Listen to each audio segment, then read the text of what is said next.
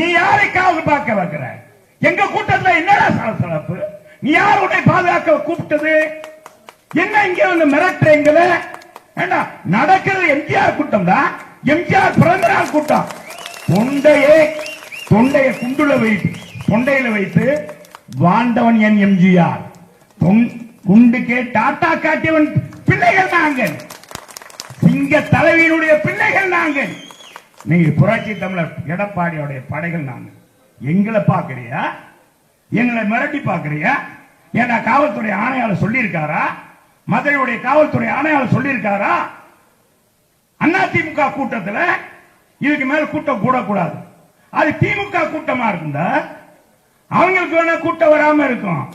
மக்கள் வெதிப்பி போயிருக்காங்க, மன புழுங்கி போயிருக்காங்க. இந்த ஆட்சியை ஏண்டா அமர வைத்தோம் அப்படின்னு புழுங்கி போயிருக்காங்க. இங்க என்னன்னா காவல்துறை 2 பேரு என்னன்னா எங்களை மிரட்டுறீங்க. யார சட்ட ஒழுங்கு பாதுகாக்கின்ற வகையில் ரவுடிகளை மிரட்டு,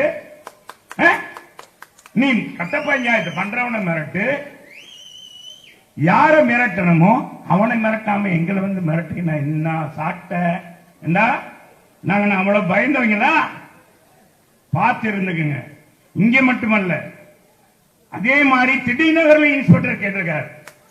நான் இந்த இன்ஸ்பெக்டர் மட்டும் இல்ல, மதுரையில எழுதப்படாத சட்டமாக இருக்கிறது.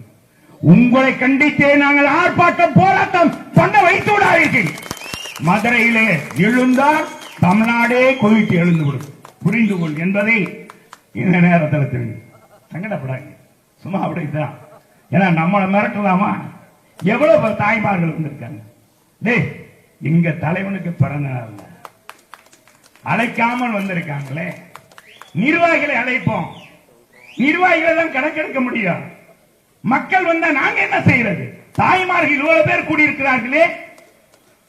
எனவே எங்களை மிரட்டார்கள். நாங்க காக்கி சட்டைக்கு மரியாதை கொடுக்கிறோம். 10 ஆண்டுகள் அமைச்சராக இருந்திருக்கிறேன் இதே மதுரையில. ஆனால் எந்த காக்கி சட்டக்காரங்க நான் போன் போன்னு பேச மாட்டேன். எந்த தவறு நான் துணை போக மாட்டேன்.